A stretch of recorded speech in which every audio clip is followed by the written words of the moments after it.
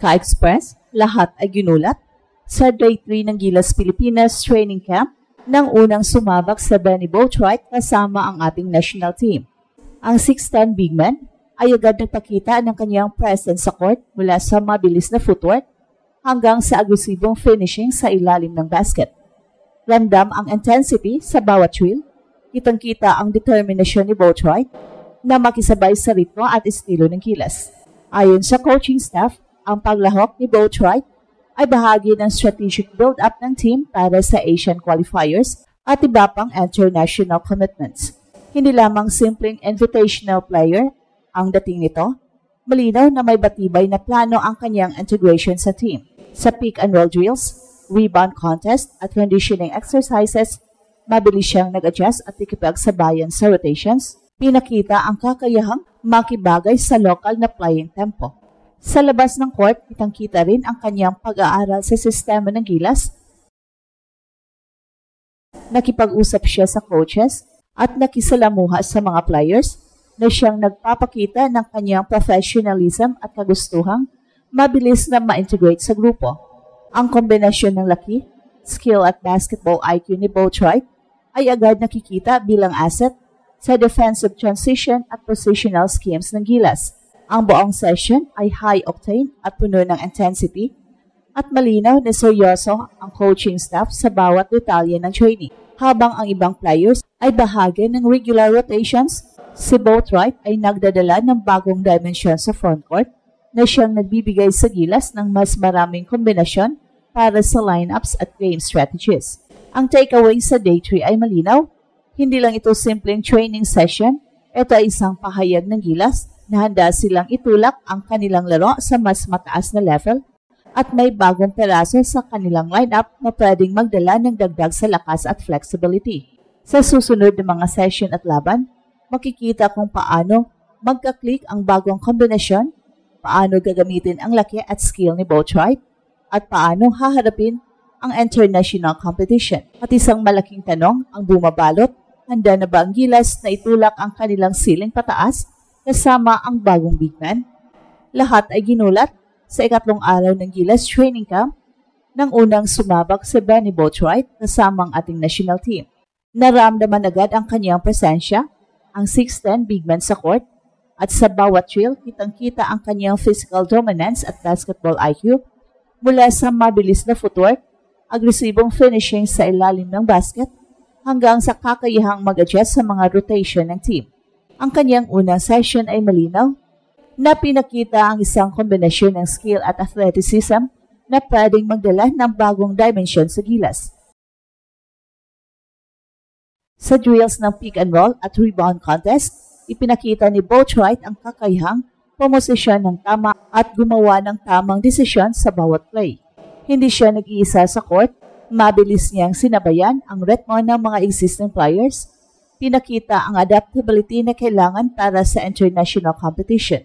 Ang kanyang integration sa sistema ay hindi lamang nakasalalay sa laki at skill, kundi sa mabilis na pagkaintindi sa rotation, defensive schemes at tempo ng laro. Ang bawat action niya ay may purpose, bawat galaw ay may precision na malinaw na resulta ng kanyang professional experience at mindset sa game. At bukod sa technical skills, ramdam ang kanyang focus at disiplina sa bawat bahagi ng session. Sa conditioning sets, pinapanatili niya ang intensity sa buong 90 minutes practice, nagpapakita ng stamina at dedication na bihira sa bagong pasok na player. Ang kanyang presence ay nakatulong din sa overall tempo ng session, pinapalakas ang energy level ng buong grupo at nagbibigay inspirasyon sa mga player na panatilihin ang mataas na intensity. Bahagi rin ang aspetong mental sa kanyang performance. Sa unang pagkakataon na kasama ang Gilas, malinaw ang kanyang professionalism, nakikinig siya sa mga coaches, nakipag-ugnayan sa mga teammates, at pinapakita ang kanyang eagerness na makibagay sa team culture. Ang ganitong approach ay mahalaga hindi lamang sa individual development, kundi para sa team cohesion, lalo na sa high-stakes tournaments tulad ng Asian qualifiers. Ang Day 3 training session ay nagbibigay rin ng mga indikasyon kung paano pwedeng gamitin ang laki at skill ni Boatwright sa strategic plays. Sa defensive transitions at positional setups, Kitang-kita na siya ay may potensyal na maging anchor sa frontcourt, magbigay ng options sa rotations, at magdagdag ng flexibility sa lineup. Ang kanyang kombinasyon ng athleticism, skill at basketball IQ ay pwede nang mag-level up sa gilas sa international arena at malinaw na handa ang coaching staff na i-develop ito para sa susunod na mga laban. Well, sa kabuuan, ang unang pagsasanay ni Boatwright kasama ang gilas ay hindi lamang training sessions. Ito ay malinaw na pahayag ng coaching staff. May bagong peraso sa lineup na pwedeng magdala ng mas mataas na intensity, flexibility at strategic depth sa team.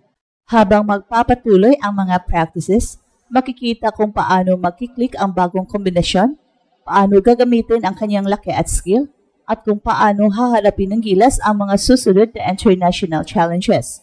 Sa ikatlong araw ng Gilas Training Camp, ito ay hindi lang tungkol sa bagong pasok na si Benny Boatwright, kundi sa kabuuang dynamics ng team.